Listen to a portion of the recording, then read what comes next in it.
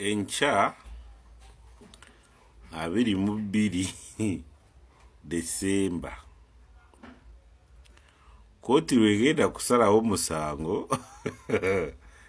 gwa Machansi Walukaga duka ekibabo gwe yawaabira Uganda Electoral Commission ne byabakama waayo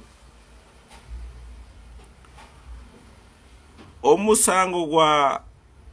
Masias Walukaga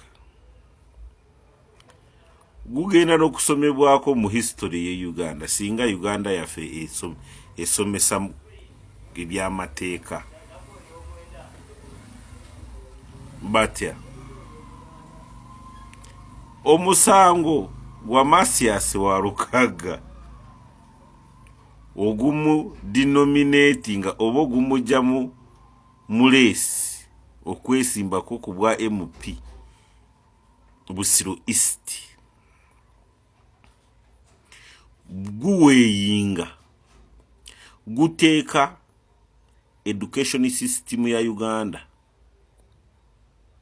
nga bweyimiridde batya education system ya Uganda ne UNEB waayo ekakasa ngu ono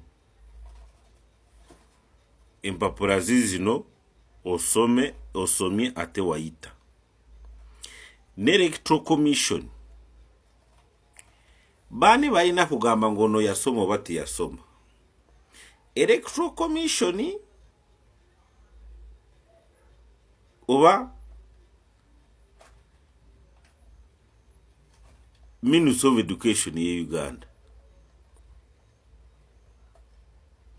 okuyitira mu kitongole kyayo ekya UNEB. Kati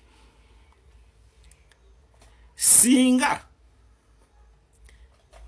Ministry of Education okuyitira mu kitongole kyayo ekya UNEB ne kino ekiri ekitongole ekikiriza abantu kusoma oba kweyongereyo kusoma naye bakuze nikiwani yaligamba tuwandiikira Electoral Commission empapula oyo ze yaleeta kwesimbawo ku kifo ky'obwa MP Busiro East empapula ezo sintuufu Lukwago Walukaga byandibadde birala naye Electoral Commission okuyimira negamba okuyingira maya entry biki kinvudde mu mutwe mu ebbaluwa yali expired nange kadde yimbira bamulimba empapula z'obuyigirize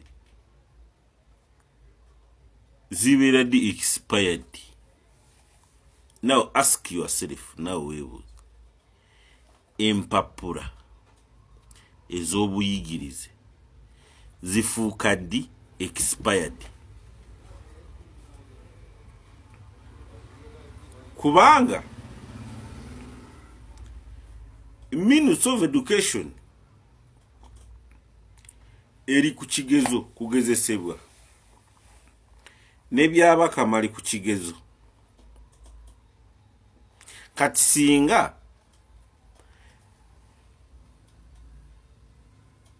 Ministry of Education